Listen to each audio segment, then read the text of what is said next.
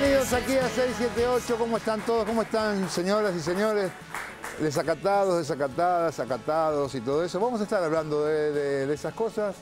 Es decir, para lo que nos alcance el tiempo, el asunto de los acatos, la gente que ha acatado y así le fue. Vamos a estar hablando de los fondos buitres y algunas reacciones de algunos políticos de aquí, de la reforma del Código Civil. Y hay más temas, no van a entrar ni loco. Teníamos a Dilma ¿cómo están ¿cómo se dice? Las encuestas, las previsiones. Dilma sube, por suerte. Vargas Llosa también teníamos, el intelectual más bestia del mundo que quiere matar presidentes. Pero acá lo tenemos al ministro Julio Alac, ministro de Justicia y Derechos Humanos de la República Argentina. Bueno, y por supuesto estábamos viendo a la presidenta y escuchamos su discurso y a los balcones. Después vamos a ver si tenemos algunas imágenes también. ¿Qué nos dice, ministro? Y un mensaje memorable por la valentía, por la honestidad, por la confianza en nuestro pueblo, en transmitir con valentía y con certeza decisiones que nos ponen orgullosos, ¿no? Como país soberano que somos, ¿no? Creo que este mensaje de hoy va a pasar a la historia como uno de los mensajes más valientes y antiimperialistas y antipoder económico concentrado de la historia política argentina. Creo que es una de las manifestaciones más contundentes de cómo un país sudamericano o cómo un país de los no centrales, de los del G7, puede plantarse ante el mundo y defender con dignidad su soberanía, ¿no? Y cómo una presidenta puede comprometerse hasta el último día de su gobierno con su pueblo, dando muestras claras de enfrentar a los países más poderosos y al poder económico más concentrado. Me parece que hoy ha sido uno de los mensajes más espectaculares de la presidenta, más sentido y que marcan una línea muy clara para todos nosotros. ¿Sandra? Sí, bueno, estábamos acá hace un rato ya escuchando, hubo muchos momentos muy fuertes, ¿no? Si me pasa algo, miren al norte, creo que... Son momentos fuertes. Bueno, que de paso reveló que todo lo que habíamos leído sobre las amenazas que según los diarios concentrados provenían de la Triple Frontera era otra mentira más, y por algo mienten sobre eso. Y me quedó, bueno, son innumerables la cantidad de cosas que está segura que vienen por el gobierno, que quieren voltear este gobierno. También es una afirmación muy fuerte porque vino concatenada esa conclusión de cómo es el movimiento de pinzas de la especulación financiera. Hizo mucho hincapié en esto que se conoció hoy, que dio a conocer el fiscal Gonella, que hay en las cuevas donde se especula con el dólar negro, hay apoyo de miembros de fuerzas de seguridad, incluso contactos con gente del Banco Central. Eso es algo muy fuerte. Y por último, a mí me quedó repicando esto último que dijo en el tercer patio, ¿no? El concepto de comprensión histórica, que estaba en el discurso de Néstor el 25 de mayo de 2003, y que es crucial ese concepto para entender este momento del mundo, este momento de la Argentina y cómo articular. Dante, ¿qué dice? Anoté algunos de los temas que se habló de la soberanía, se habló de la oposición, se habló de la ineficiencia y la impericia privada, especialmente con el tema del precio de la soja, ¿no? La necesidad de unidad de organización, los gremios, la democratización de la justicia que el ministro tantas veces vino a charlar, Latinoamérica, la desestabilización, el anuncio de la Secretaría del Hábitat. Fueron muchas cosas. Ahora, y pensaba también por ese lado, bueno, ¿por qué tantas cosas? Y me da la sensación de que este tipo de discursos en realidad son discursos de formación política. Uno cuando escucha este tipo, especialmente un discurso como el de hoy, es un curso de formación política gratuito, en vivo, por la televisión pública o por la televisión oficial. Creo que hay otros también ejemplos en Latinoamérica y estamos viendo, digamos, presidentes que cuando se acercan a la ciudadanía no hacen simplemente un discurso político con una arenga o con alguna información estricta, sino que además explican. Hacen pedagogía. Hacen pedagogía. Probablemente también por un contexto en el cual hay hay enormes estímulos de desinformación y de falta de palabras y de falta de explicación. desde determinados medios, y esto obliga a los presidentes a hablar directamente con la ciudadanía y explicar. Y por eso también, a veces uno dice, 2 horas hablando, es que hay que explicar, y hay que explicarlo todo, y hay que explicar cada uno de los temas. Y hay mucho para explicar. ¿Nora? Sí, me parece que, bueno, es un discurso en el cual la presidenta refuerza los ejes que marcó en el primer discurso, luego de conocido el fallo de Griesa, ¿no? El criterio de defensa a ultranza de la soberanía nacional, el exceso de ese fallo, lo que implicaría para la Argentina y el objetivo de disciplinamiento ante un país que planteó un camino alternativo a someterse a los dictados de los organismos de crédito para pagar la deuda en los términos que ellos quieran, con el monitoreo de esos organismos que implican endeudamiento y planes neoliberales que ya sabemos a qué nos conducen y a qué nos condujeron. Me parece que lo que hace es profundizar esa línea, como decía Dante, con un criterio muy didáctico. Explica las cosas y llama las cosas por su nombre. Me parece que es en la misma línea que el discurso, desde mi punto de vista brillante, que dio ante la Asamblea Nacional, ante la Asamblea General de Naciones Unidas, donde, bueno, está todo dicho. El que no quiere entender el mundo en el que estamos, cuáles son las relaciones de fuerza, quiénes están disputando y quiénes quieren seguir ejerciendo el poder de la forma que lo ejercieron hasta ahora, es porque realmente quieren creer otra cosa, porque les conviene y no quieren mirar la realidad. No hay mucho más que decir, me parece. Bueno, vamos, ahora que vos hablabas del tema, después del desacato que nos dictó el juez Tomasito, vamos a hacer un poco de historia y a otros a ver quiénes acataban las cosas y cómo nos iba. A ver. Los desacataos y los acataos. ¡Vamos pa'l calabozo!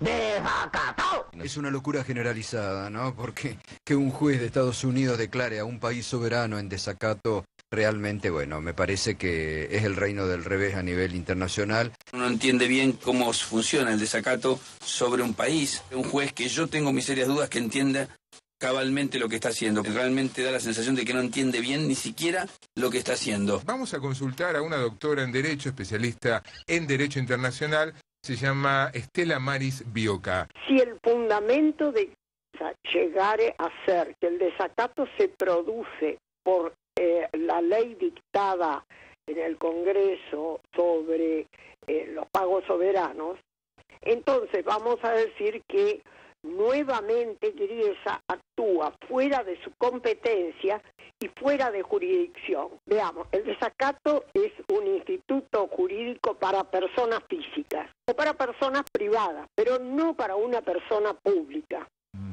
Entonces, cuando él dice, declaro en desacato al Estado argentino, dice esto que es realmente algo que no puede efectivizarse de ninguna manera. Suena muy extraño que un juez de Estados Unidos ponga en desacato a un país soberano. Esto nos debería llamar a la reflexión a todos los argentinos, a nosotros como nación, porque ayer muchos se pusieron contentos con esto. Argentina declarada en desacato por el juez Griesa. Refleja el grado de confrontación que existe entre la justicia de los Estados Unidos, yo te diría el gobierno de Estados Unidos y el gobierno argentino, ¿no? La Argentina a partir de, o sea, en este proceso tuvo una actitud totalmente inactiva y poco profesional. El desacato ya fue declarado y esto genera muchísimo más ruido todavía en la economía argentina, en los posibles inversores y sobre todo en la relación entre Argentina y Estados Unidos.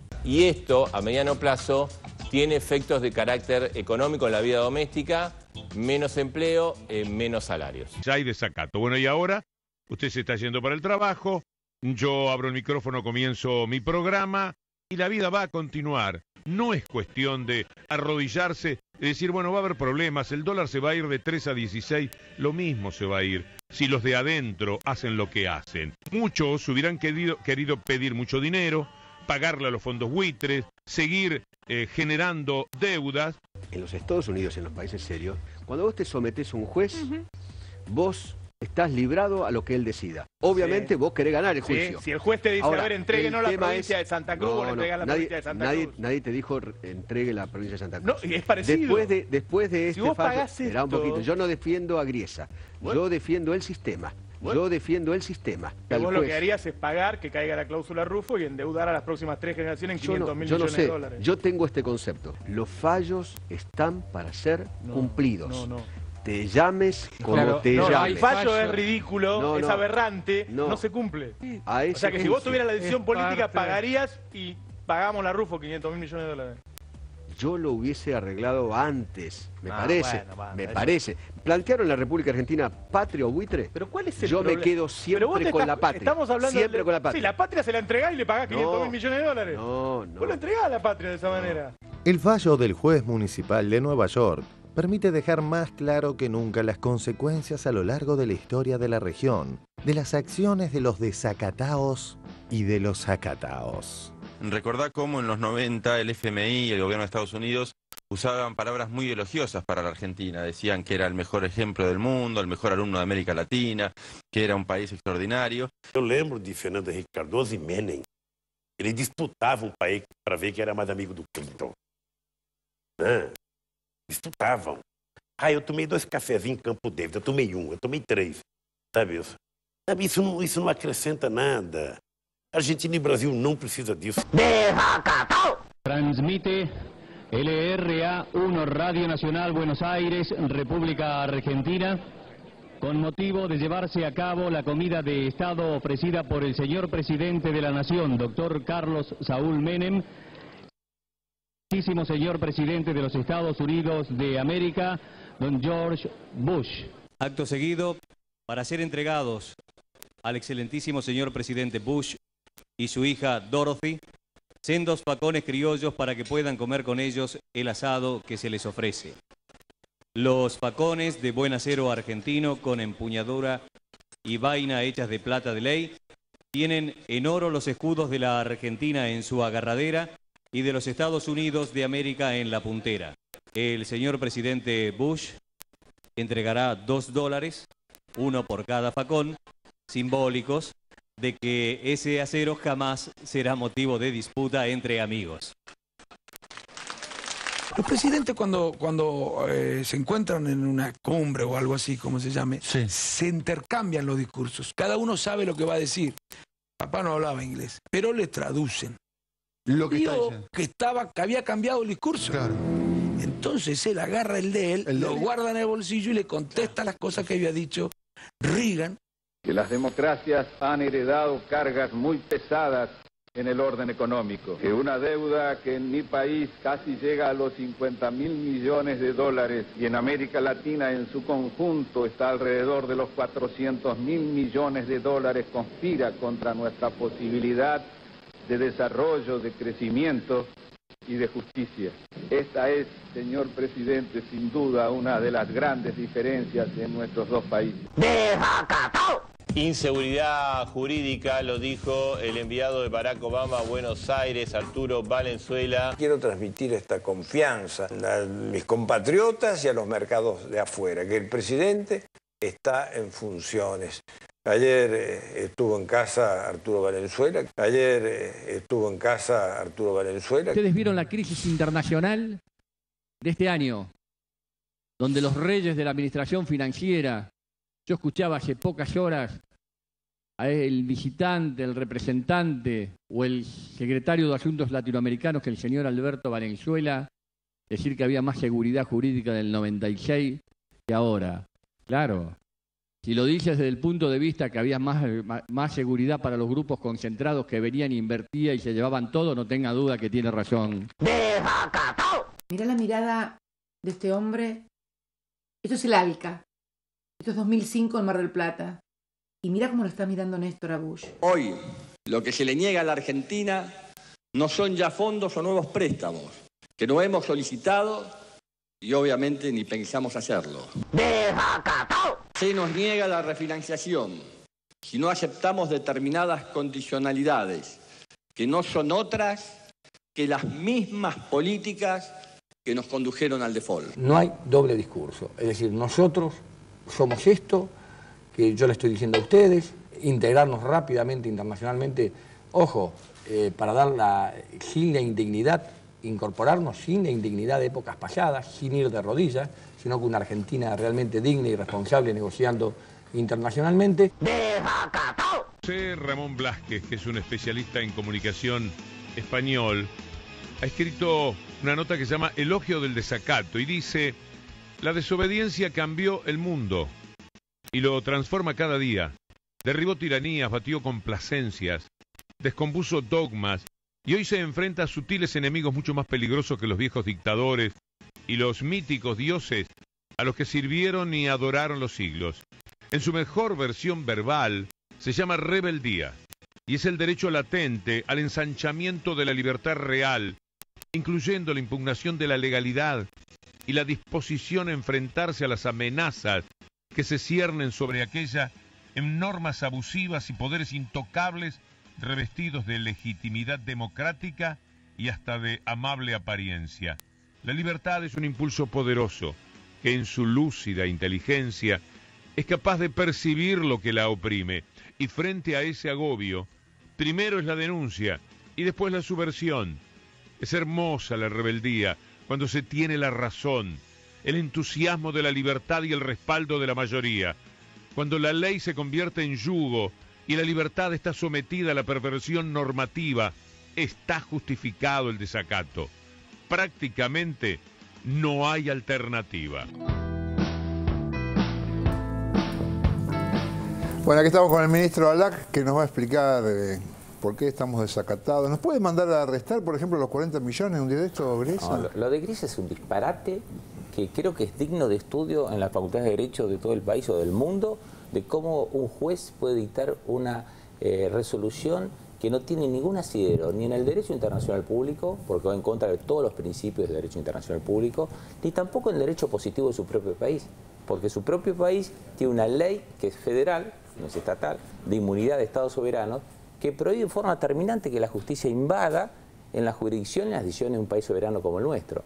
Por lo tanto, creo que es un disparate tan gigantesco que solamente puede, digamos, existir en un mundo que tiene una bipolaridad muy clara. Antes pensábamos que la bipolaridad era ideológica y ahora vemos que la bipolaridad es la organización de un Estado sostenido por la voluntad popular y la organización del poder económico mundial que se transnacionaliza y que además coopta los poderes.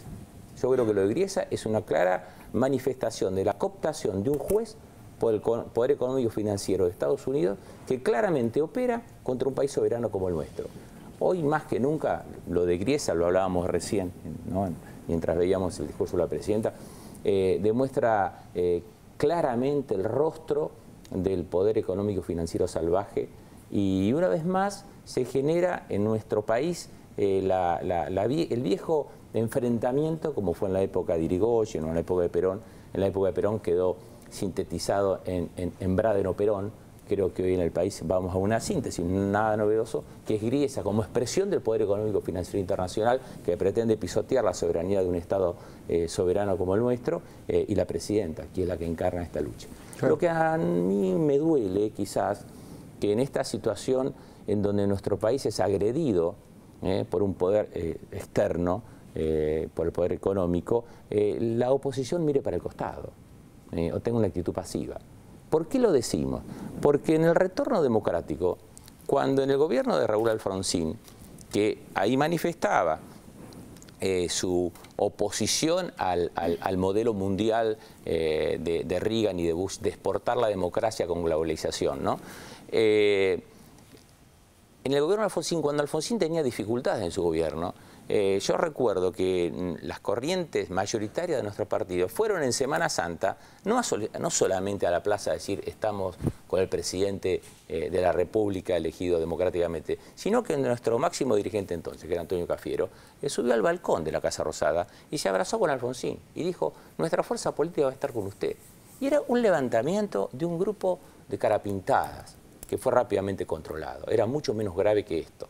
Y digo, y en esta circunstancia, ¿qué hace la oposición? ¿No pretende defender el interés nacional? ¿Pretende que la especulación financiera quiera apropiarse de una suma que va entre 180.000 millones de dólares y 500.000 millones de dólares si se activa la cláusula Rufo? Este gobierno está pagando una deuda que la generaron otros gobiernos, entre ellos los gobiernos de la oposición. Y la hemos disminuido de una manera notable. Lo que sucede que se da la máxima que sostuvo claramente, por ejemplo, Raúl Escalabrini Ortiz, cuando dijo, el imperio tiene dos métodos de dominación, el endeudamiento y en esa época el control de los mares, que ahora podemos decir el control de los medios masivos de comunicación y sectores de la justicia. Porque hay que ver que esta resolución nace de un poder que no es electo democráticamente como es la justicia de Estados Unidos. Agriesa no es votado por el pueblo. Por lo tanto, la estrategia del poder económico internacional, y esto lo vimos en esa reunión de jueces que hubo en Miami, con editores y con representantes de la Cámara de Representantes, cuando una legisladora dijo, en Sudamérica hay que impedir el avance del populismo. Cuando el populismo logra ganar por elecciones el Poder Ejecutivo, hay que tratar de que no tenga mayoría en el Congreso. Pero si tiene mayoría en el Congreso, hay que paralizar las medidas populistas con la justicia.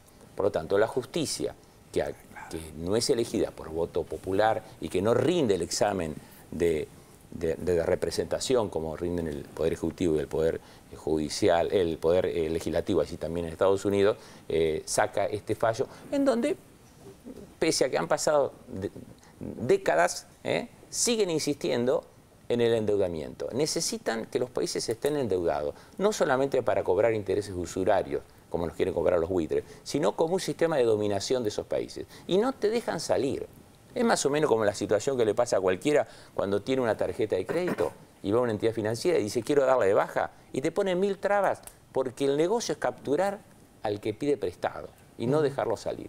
Y Argentina, desde Néstor y con Cristina, encontró la manera de recuperar soberanía con independencia económica.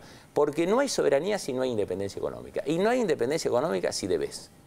Por lo tanto, esta estrategia de ese endeudamiento ha afectado claramente los intereses de las potencias imperiales y del negocio que hay. Porque aparte con la deuda, con el endeudamiento, se cae el negocio de los bancos. Es, digamos, el negocio. Muchos economistas de la oposición sugerían volver a tomar deuda para aplacar a los bancos y para que los bancos nos ayuden a salir de la extorsión de los fondos buitres. Se decía, si Argentina empieza a tomar deuda nuevamente, los mismos bancos van a barrer a los buitres. Eso nos decían. A nosotros, a mí. Por lo tanto, cuando uno desendeuda, no solamente tiene autonomía y soberanía, sino que le rompe negocios fabulosos a muchos. A los buitres y a los que intermedian en la búsqueda de créditos para países que inocentemente van a pedir créditos o, bueno, malintencionadamente por algunos gobernantes. Pero o sea, desendeudarse ya es un desacato también.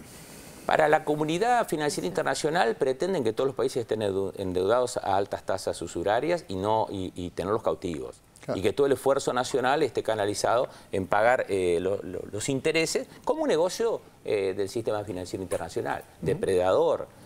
Por lo tanto, creo que como estamos en vísperas de salir de ese momento de dominación económica a través del sistema financiero internacional, están generando este disparate de desacato, que como bien dijo la constitucionalista que habló, no hay desacato sobre personas jurídicas, el desacato es sobre personas físicas, pero están inventando conceptos que no existen en el lenguaje universal. Acá, claramente, la sentencia de Agriesa va en contra de los principios del derecho internacional público y en contra de la misma ley del Estado norteamericano de inmunidades de soberanía. Y lo que hace la presidenta es lo que tiene que hacer un presidente. No endeudar a las futuras generaciones arrodillándose ante el poder económico mundial. Sí, quería, en línea con lo que decía el ministro, porque hay una situación similar que se dio con el Congo, no belga, como dijo algún ignorante hace poquito en radio que lo escuchamos acá, el Congo, que no es más belga hace rato. Y justamente Estados Unidos se presentó como amicus curiae para defender la posición de ese país soberano, y en su propia exposición Estados Unidos dijo, insta a esta Corte a rechazar las sanciones monetarias como un mecanismo de coercionar a un Estado extranjero al cumplimiento de las órdenes. La declaración de desacato con sanciones monetarias va en contra de la práctica de la comunidad internacional, dijo Estados Unidos, y tiene el potencial para lesionar nuestras relaciones exteriores y abrir la puerta a la imposición de sanciones contra nuestro gobierno. Contra todas las consideraciones de política están los inexistentes beneficios de una sanción que es imposible de implementar, dijo Estados Unidos. Bajo estas circunstancias, una corte de distrito yerra y abusa de su discreción cuando ordena sanciones monetarias contra un Estado extranjero. O sea, Estados Unidos dijo esto hablando del mismo tema. Me parece que también otra cosa que creo que hay que valorar, dos cuestiones muy cortitas que tienen vinculación de esto con lo que veíamos desde la presidenta recién. Por un lado, el tema de cómo es necesario vincular un tema con el otro para poder entender, porque nos han loteado y compartimentado la cabeza de modo tal de que no unamos y vinculemos un tema con el otro. Y por otro lado, ¿qué pasa después de tanta cantidad de declaraciones tan fuertes? El anuncio que hizo la presidenta, es decir, hace un anuncio relacionado con los más débiles de toda la cadena de poderes y al mismo tiempo le pega durísimo a los más poderosos de todos. Ese anuncio solo puede hacerse en un contexto de no arrodillarse ante esos poderosos. Me parece que así se completa la operación. Solo se puede urbanizar cuando el dinero se dispone para ese lado y no pensando en si los poderosos me van a generar o no miedo. Sí, sí, así es. Vamos al Código Civil mañana, ¿no? Mañana... Debería ser. Eso solo quería saber. Mañana... Dije debería. Mañana sale el Código Civil, ahora vamos a dar informe. La reforma del Código Civil y el debate de fondo que te ocultan. Desde que se empezó a debatir este tema, este fue el grado de seriedad con el que se tocó desde el Grupo Clarín. En línea de teléfono está Ricardo Gilavedra, diputado nacional, miembro de la Comisión Bicameral. ¿Sabe qué me parece? Y realmente hablo con desconocimiento del texto del Código, porque realmente no tuve tiempo de leerlo. Hablo con desconocimiento del texto del Código, porque realmente no tuve tiempo de leerlo. Estamos otra vez frente a una historia de gobierno que es la siguiente. En el medio de un paquete recontra envuelto, lindo y progresista, hay 10 o 15 temas con los cuales nos están abrochando. Bueno, súper abrochando. Y realmente hablo con desconocimiento del texto del Código, porque realmente no tuve tiempo de leerlo. Ahora sí, vayamos al fondo de la cuestión. El Código Civil que tiene Argentina es un Código Civil muy antiguo. Es importante actualizar porque si no las leyes terminan siendo lentos dinosaurios que no regulan las situaciones reales de las personas. Viene a poner realmente solución a problemas concretos que se están dando hoy en... Abrevia notablemente el periodo de adopción. Ahora el nuevo código establece 90 días para que los jueces dispongan de adopción. Esto va a revolucionar el sistema de adopción.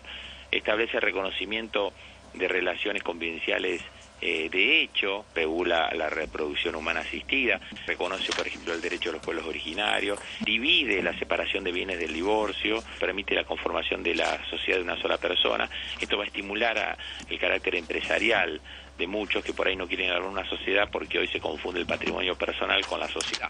Aprobémosla, veámosla y si hace falta se modifican. Lo que no hay que hacer es intentar que ni siquiera se trate. El dictamen de la comisión bicameral está siendo cuestionado por Carrió y Pinedo diciendo de que el código, como es una ley, debe tener dictamen de comisión. ¿Existe todavía alguna instancia para evitar que este código... Un amparo. Eso es lo que van a hacer ustedes. Estamos presentando en este momento. En ese amparo que van a pedir, que una medida innovadora. Una medida cautelar porque viola el principio de representación política sin pasar por comisión. Ahora, Carrió, disculpe, ¿qué pasa si el amparo no prospera? Voy a ir a impugnar la ley. El Código Civil y el Código Comercial pretenden tratarlos no con el estudio y el análisis y la opinión de los diputados que el pueblo eligió y que asumieron el 10 de diciembre en la mitad de la Cámara, sino con un estudio que hicieron unas personas que eran diputados antes y que ya no son más, pues se les venció el mandato, ¿no? Y eso no es así, porque la misma Cámara creó la Comisión Bicameral y la oposición integró la bicameral durante 2 años y medio y la integra. O sea, los legisladores de la oposición están dentro de la comisión bicameral. Participaron de ellos Ernesto Sanz, Ricardo Gilavedra, Gerardo Morales, Naidenov, por citar algunos. Lo que puede hacer la Cámara es aceptar o rechazar el dictamen de la comisión, pero lo que no puede un diputado es tratar de paralizar el proceso de formación de leyes con una medida judicial. Seguramente se va a replicar cuando vos después empieces a leer escritos en los diarios, comentarios en la televisión, en la radio, ¿qué van a decir? Que no se discutió. Exactamente. Lo grave, me parece, de lo que puede llegar a ocurrir con este Código Civil es que el kirchnerismo lo saque a los empujones. El Código Civil debe ser algo trabajado, meditado, estudiado, no otra cosa atolondrada, rápida. Este es el nuevo. El que tendría que aprobarse ahora o el que el gobierno quiere aprobar rápidamente. ¿Por qué este apuro del Código Civil? Porque dormía y de repente plum, Se necesita un debate mucho más profundo y que se escuchen todas las voces. 2 años estuvieron. Pero claro, hay cuestionamientos que merecen aclararse. Se está diciendo de que no garantiza los depósitos de moneda extranjera. Rolo, buen día. Vos me debés dólares. Sí. Entonces me decís, no, mira, Marcelo, no tengo dólares. Puedes darme pesos argentinos, porque la moneda de curso legal en la Argentina. Bueno, esta situación puede ocurrir, además de a mí con Rolo, no pasa a cualquiera, a partir de que el código siempre... Según este proyecto, todas las obligaciones de dar suma de dinero en moneda extranjera pueden ser saldadas pagando la moneda de curso legal. Claro. Imaginario popular que yo tengo una hipoteca, que estoy pagando dólares y que ahora viene y me dicen, ¿sabes qué? Especifico. Va todo a pesos. Yo te leo, si querés, tengo un artículo acá, es el 1390, para que no queden dudas. Digo, hablo de depósitos, por ejemplo. Dice, hay depósito en dinero cuando el depositante transfiere la propiedad al banco depositario, quien tiene la obligación de restituirlo en la moneda de la misma especie. O sea que los contratos en moneda extranjera siguen siendo vigentes. Exactamente. La respuesta simple es no cambia la situación actual en esos términos. A pesar de la desmentida del secretario de Justicia, el Zócalo del canal que lo entrevistaba destacaba todo lo contrario por error. ¿Por error? Ahora, es un código que tiene un montón de normas. Si uno toma una norma aislada, y bueno, puede en general decir hasta cualquier cosa, ¿no? Hay depósito en dinero cuando el depositante transfiere la propiedad al banco depositario, quien tiene la obligación de restituirlo en la moneda de la misma especie. O sea que los contratos en moneda extranjera siguen siendo vigentes. Exactamente. Se dice en forma maliciosa de que se podrían violar las cajas de seguridad. Publicación Fortuna de Editorial Perfil. Nuevo Código Civil y Comercial. Las cajas de seguridad en la mira del gobierno. Es disparatado. En el Código Vélez tampoco estaban reguladas las cajas de seguridad porque no existían. En cambio, ahora Caja de Seguridad tiene un artículos especiales varios, de protección, con el mismo principio constitucional de inviolabilidad de la caja de seguridad. Esta muletilla de las cajas de seguridad para instalar miedo no es nueva. Si el gobierno quisiese aumentar mucho, por ejemplo, el boleto de colectivo, la luz, el gas, o quedarse con su departamento, con las cajas de seguridad, a partir de ahora va a ser mucho más difícil defenderse. Con que el Estado apele, ya, si le quiere aumentar 100% el boleto, se lo va a aumentar. ¿Sí? Si se quiere meter en su caja de seguridad, se lo va a meter. Si se quiere meter en su caja de seguridad, se lo va a meter. Lo de las cajas de seguridad y lo de la cuestión del boleto son ejemplos. A ver si ahí en alguna oficina oficial están escuchando bien. Ejemplos. Repita la consigna. Ejemplos. Nadie está diciendo que lo van a hacer. ¿Entró? Ahí en las oficinas oficiales. ¿Entró? Son ejemplos para explicarle a la gente los peligros que nosotros vemos en esta cuestión. Se dice en forma maliciosa de que se podrían violar las cajas de seguridad. Es disparatado. El Poder Legislativo viene tratando este código hace 3 años, se viene discutiendo, intervinieron más de 100 juristas, se hicieron ponencias y participaciones en congresos en todo el país, hubo más de 2.000 ponencias.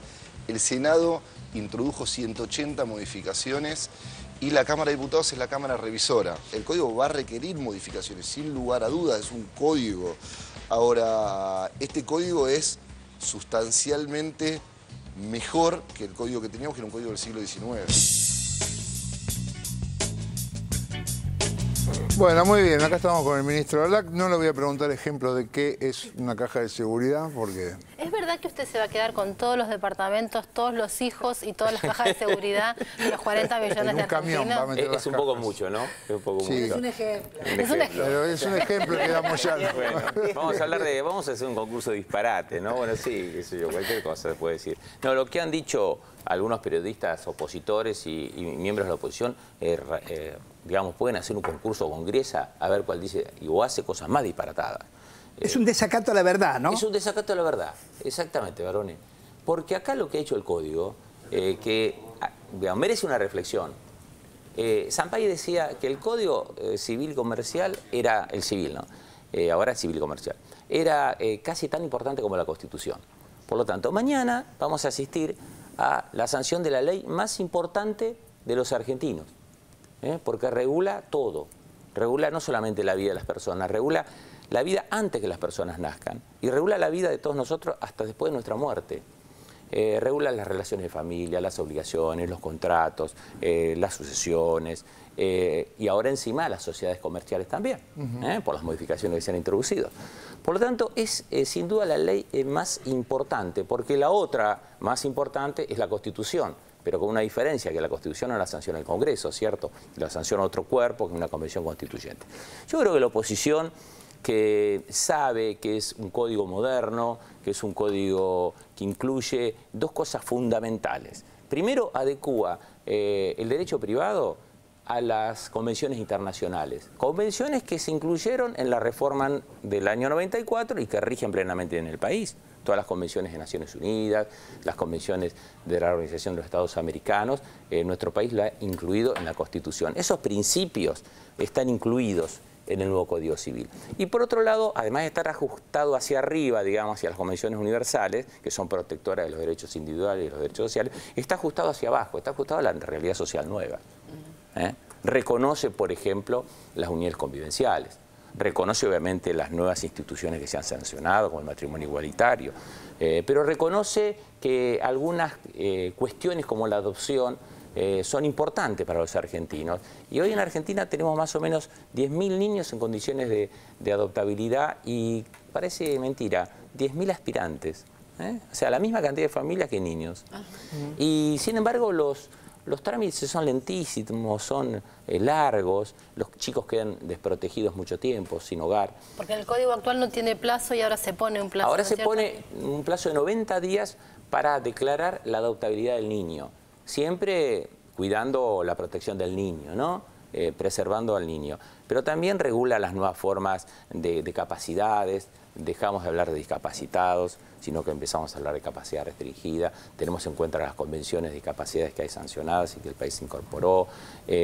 Establece instituciones novedosas en las transmisiones de los bienes. Prevé la posibilidad de hacer los divorcios en forma rápida, no en forma esperar 3 años y que la relación de las personas se deteriore eternamente. Prevé la posibilidad del divorcio y luego la separación de la sociedad conyugal para que esto sea un acto racional, que se haga con las personas sin una cohabitación obligada. En fin, es un código muy protector de las relaciones personales y familiares. Ahora, ministro, la cautelar de la que pidió la diputada Carrió puede dejar esto que no buscó marche. Paralizar la sesión de mañana. ¿Qué quiso Carrió? Para que mañana no haya sesión. Entonces esto es insólito, que un legislador vaya a paralizar su cuerpo. Es la primera vez que se pretende una medida semejante. Yo no conozco antecedentes de medidas cautelares que sean previas a la sanción de la ley. Pero para que no sesione el Congreso. Claro, para que no sesione el Congreso y no pueda tratar este tema. No es que plantea la inconstitucionalidad, plantea que es ilegal que el Congreso delibere para sancionar esta ley. ¿Basado en qué? Porque dicen de que se eludió el sistema de tratamientos por comisión. Cuando el mismo cuerpo que se integra, yo no sé si se olvidó, sancionó, determinó la creación de una comisión bicameral que la integraron todos los bloques políticos, el oficialismo y la oposición. O sea, todos los legisladores integraron la comisión bicameral que dictaminó sobre el código, con dictamen de mayoría y de minoría. Este mecanismo especial fue producto de una decisión autónoma del Congreso.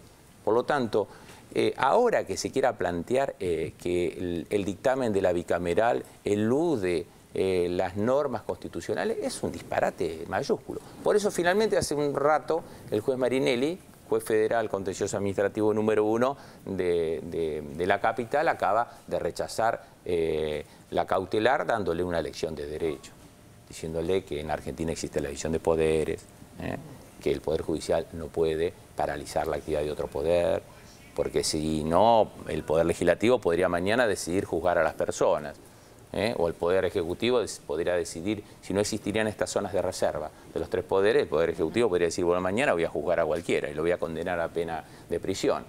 Por algo tenemos división de poderes, y que se ha querido violentar con esta cautelar, que a mí me costaba entenderla, por eso ayer hablé con otros dirigentes de la oposición, para decirles, ¿por qué están promoviendo esto si ustedes integraron? Y me parece que lo que buscaban era acentuar un perfil cerril opositor al gobierno y también salir en los diarios, que ahora estemos hablando de ella, por ejemplo, cuando tendríamos que estar hablando de aclarar algunos puntos que han transversado muy fuertemente estos días y asustado a la gente. Ahora, ministro, en la misma línea, pero con otro argumento, Pinedo, el titular de la bancada del PRO, planteaba que este proyecto de ley, que tiene media sanción en el Senado, ahora iba a ser votado por diputados, tenía que ser votado por diputados que no lo habían tratado en su momento. Ahora, el proyecto tiene estado parlamentario, no cayó el estado parlamentario. Son dos posiciones diferentes. Lo de Carrió me suena disparatado porque está planteando una violación de la división de poderes que establece la Constitución. Pero lo de Pinedo es un poquito más sofisticado. Pinedo dice, bueno, quienes intervinieron en analizar el código ya no son más legisladores, entonces no lo pueden votar. Grave error. Me asombra de Pinedo, porque yo puedo tener diferencia ideológica, pero creo que es un legislador inteligente. La misma Cámara ha dicho de que los proyectos de modificación de códigos, que ha habido muchos, no pierden estado parlamentario pese a que se modifique la integración de las comisiones. Es una excepción clara de que no pierden estado parlamentario. O sea que el código mañana se va a tratar, quizás que algunos no quieran tampoco que este gobierno haya transformado algo que se viene intentando desde 1928, con Bibiloni, con el proyecto de Bibiloni, que nunca se pudo lograr, que era tener un código civil actualizado. Y a los que sostienen de que faltó tiempo, yo vi ahí, faltó tiempo, análisis. Y que no se discutió lo suficiente, no 3 días de discusión, 4 días de discusión. El Código de Vélez, 1868, empezó a regir en 1871. ¿Cuándo se discutió? ¿Quién lo discutió? Se votó a libro cerrado. Los legisladores entonces no lo leyeron. Confiaron en Vélez. Y a ese código se lo pone como un símbolo, un emblema de la regulación del derecho privado. Este ha sido el código más discutido de la historia argentina, incluyendo todos aquellos intentos frustrados. 22 foros. 22 foros. Pero aparte un nivel de discusión interminable, que la misma comisión que elaboró el código decían, bueno, argentinos a las cosas, basta de discutir y analizar y examinar. Es el código más analizado, discutido. ¿Hace mucho arrancó la discusión con el código? Y 2 años y 3 meses desde que tomó estado parlamentario. ¿Y no les alcanza a los opositores? Y 2 años y 3 meses. Si viviera Ortega y Gasset cuando vino, dijo argentino las cosas. Como hay periodistas que no lo leyeron, yo tampoco lo leí, hay 10.000 periodistas, 14.700 que no lo leyeron, y de ellos el 97,4% no lo van a leer. Seguro. Yo le pregunto con curiosidad, ¿cuánto ocupa de lectura o de volumen ese código? Y es un código que en la edición de Infojust tiene 570 páginas. Si una persona más o menos lee 20 páginas por hora, en 30 horas se puede leer. Y aparte, ¿sabe qué, varones? Se puede entender. Porque es un código que tiene un lenguaje muy sencillo. Pasa de 4.000 y pico de artículos a 2.500. Y sintetiza lo civil y lo comercial. Y lo entiende cualquiera. Si usted me dice, ¿cuál es el mérito del código? Más allá de las novedades que trae, la lectura sencilla, entendible por cualquiera. Cualquiera lo puede entender. Digamos, no hace falta un abogado. No tiene léxico jurídico complejo, por ejemplo. Es muy sencillo. Por lo tanto, creo que vamos a dar un salto cualitativo, normativo grande mañana, si el Congreso lo aprueba. Y yo quería aclarar 4 cosas que preocuparon. Sí. ¿Ahora puede ser? Sí. Bueno, primero. ¿Sí preocuparon? Preocuparon a partir de la maliciosa información periodística distorsionada y de opiniones maliciosas de la oposición. Además de todos los avances en derechos personales, en familia, en reconocimiento de las nuevas realidades, además de regular cosas nuevas que no existían, por ejemplo, los conjuntos inmobiliarios urbanos, donde se generaban muchas estafas porque se le vendían lotes a la gente y nunca se escrituraban, los emprendedores generaron una plusvalía fenomenal, agarraron 1 hectárea, la parcelaban en 20 y vendían un terreno, la hectárea la habían comprado en $10.000 y vendían cada terreno a $100.000 y no escrituraban nunca, además de regular esas cosas nuevas, o los contratos de leasing que se usan, o la compra-venta a tiempos compartidos, además de rescatar la sociedad unipersonal, que es importante, porque muchos por ahí ponen un kiosquito y tienen miedo, porque si les va mal, le embargan la casa. Ahora puede armar una sociedad unipersonal que es muy sencilla, hasta ni necesita un abogado que se las haga, y divide lo que es su patrimonio personal para pequeñas sociedades, ¿no? El patrimonio comercial. Además de todas esas evoluciones, genera una nueva protección a las cajas de seguridad, que obviamente en la época de Vélez no existían, y este código tiene un articulado especial que protege la integridad de las cajas de seguridad y por aplicación del principio de la propiedad privada son inviolables. Pero por primera vez el Código Civil las declara, las reconoce como objeto y responsabiliza a los bancos de su custodia. Primero, están más protegidas que antes. Segundo, están más protegidos que antes los depósitos en moneda extranjera, porque antes los depósitos en moneda extranjera estaban en la teoría general de los contratos, entre un banco, nadie leía la letra chica. Bueno, ahora tiene artículos especiales, ¿no?, de los depósitos. Recién Julián lo dijo bien en el 1390. Y por otro lado, lo que es objeto, y mañana seguirá siendo objeto de discusión, es si los contratos que uno hace pueden hacerse en moneda extranjera o no. Porque algo que hizo este código fue terminar con la convertibilidad y que los argentinos volvamos a tener el peso como moneda de curso legal en la Argentina. Como tuvo Argentina desde 1868 a 1991. Cuando dicen, ¿por qué ponen el peso como moneda de curso legal? Porque Argentina, excepto en la época de la convertibilidad, se construyó con el peso como moneda de curso legal. Y Brasil tiene el peso como moneda de curso legal, y lo tiene Chile, y lo tiene Bolivia, y lo tienen todos los países, menos ¿quiénes? Ecuador y Argentina, que heredaron la convertibilidad con los daños que hizo. Y cuando dicen, si yo puedo hacer un contrato en dólares si quiero vender mi auto, claro que lo puede hacer. Porque esta norma no es de orden público, no es obligatoria, digamos. Argentina recupera la moneda de curso legal, pero no es obligatoria, no es de orden público, es una norma supletoria. Y el mismo código, en el 963, dice, primero se tendrán en cuenta las normas de orden público para interpretación. Segundo, dice las normas supletorias de los contratos. En este caso, si uno fija un contrato en dólares, es una norma supletoria de los contratos. Por último, dice el código, la cuarta categoría, las disposiciones que no son de orden público, como esta. Por lo tanto, si uno quiere hacer un contrato en dólares, lo formal, tiene que poner, sí, que la entrega de dólares es condición esencial, o en euros. Pero no sé si quedó claro. Sí, para mí quedó re claro. Y después la última, ¿lo decimos ahora o no? ¿La última falacia? Sí, le envío. La última, que elimina la responsabilidad del Estado. Bueno, esto es otro disparate. La responsabilidad del Estado siempre, incluso Vélez dijo que no era un tema de derecho privado, la responsabilidad de los funcionarios y de un particular con el Estado. Vélez lo dice en las notas.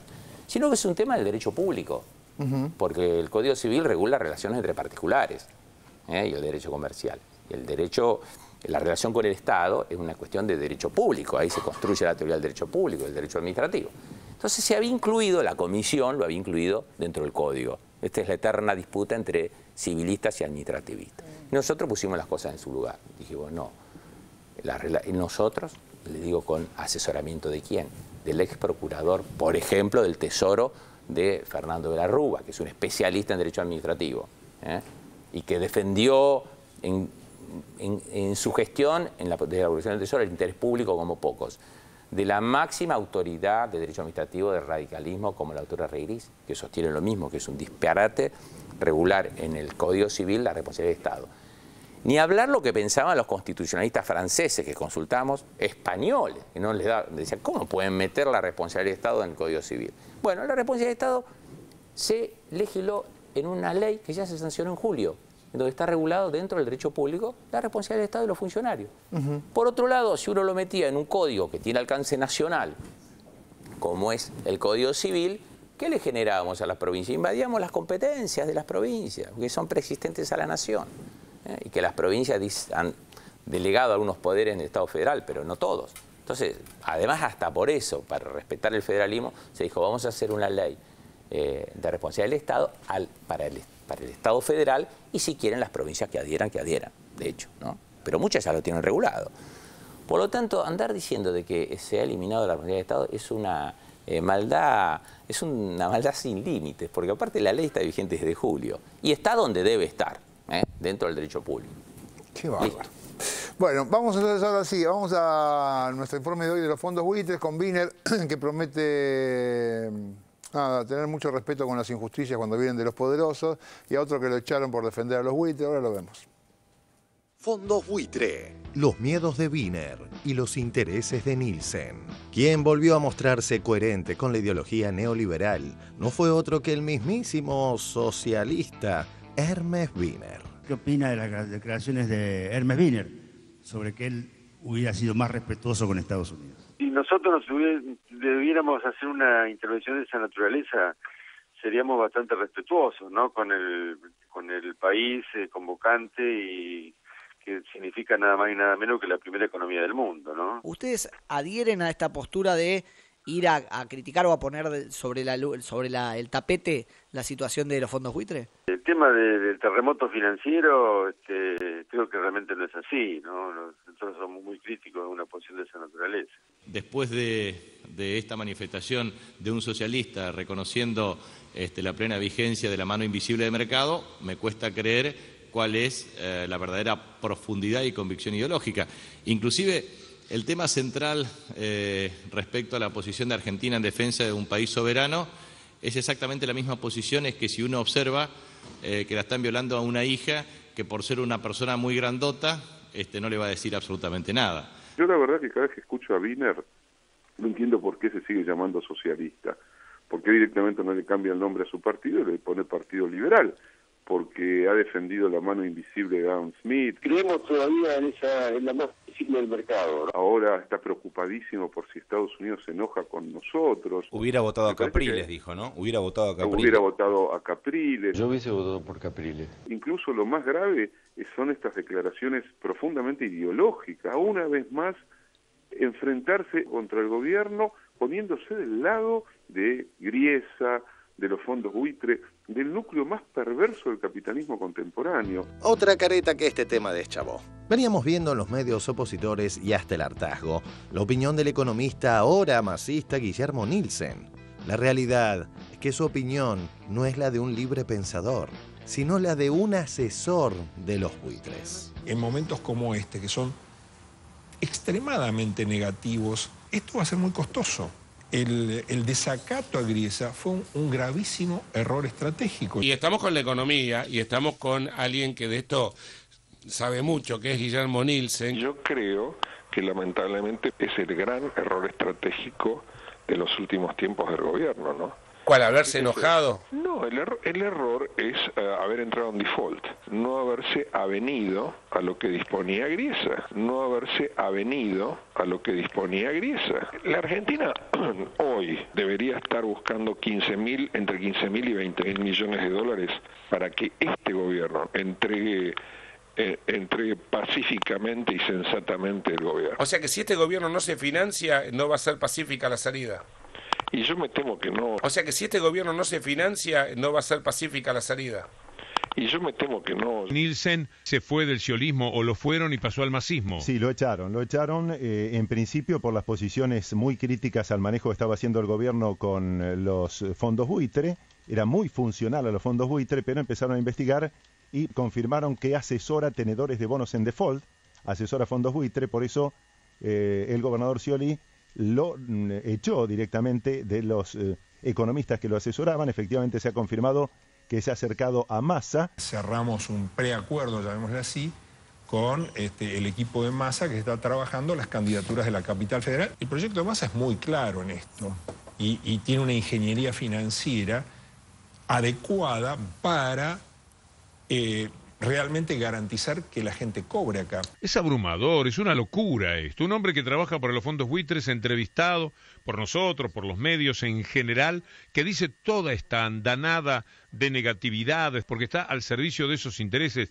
Acá hubo un gran error estratégico y es de no aceptar el fallo de Griesa y no seguir un sendero que le permitiese a la Argentina colocar unos 15.000, 20.000 millones de dólares de aquí a diciembre del año próximo. Confirmaron que asesora tenedores de bonos en default, asesora fondos buitre. Tenemos una situación donde Argentina está evitando el fallo que en 3 oportunidades se comprometió a cumplir. El dinero está, el Banco Central tiene reservas como para respaldar esto. Ahora sabemos de Nielsen que trabajaba para los fondos buitres directamente. Vamos a tener en este segundo semestre una borrachera monetaria que va a forzar una mayor inflación y va a presionar al dólar. El gobierno que entre tiene una herencia extremadamente pesada. La deuda, ¿sabés la deuda del próximo gobierno? ¿Sabés cuáles son los vencimientos de los 4 años que va a recibir el próximo gobierno?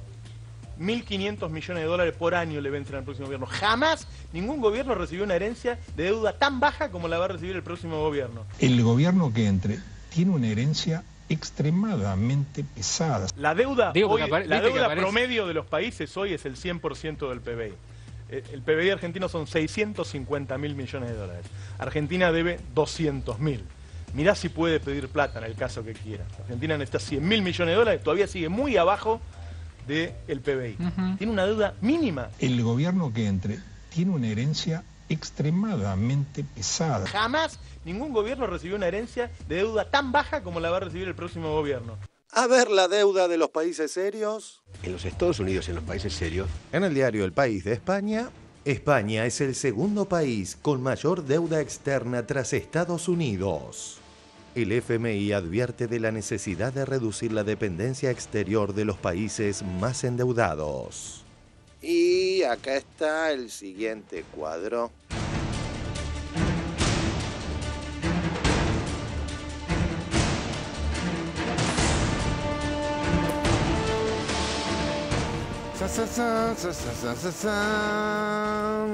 Bien, vamos a tener que hacer un corte, les cuento que quizá Nielsen cuando tenga hambre se compre un pancho y el jueves viene acá Adrián Paenza. ¿No viste que dicen que tenés hambre? Comprate un pancho, no vengas a chorearme. Ya venimos, después del corte comentamos este último informe. Si querés saber cómo acceder a la moratoria previsional, presta mucha atención.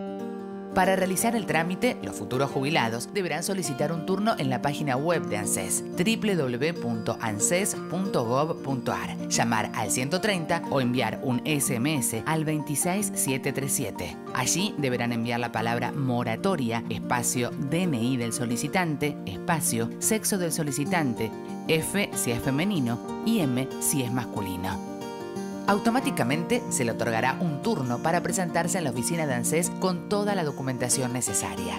En ANSES se le brindará una atención personalizada con trámites simples y 100% gratuitos, porque la jubilación es un derecho y el acceso a la misma debe ser garantizado por el Estado. Con los nuevos jubilados nos beneficiamos todos.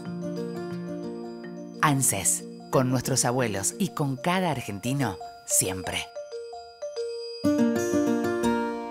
Frías aguas de arroyo, prima.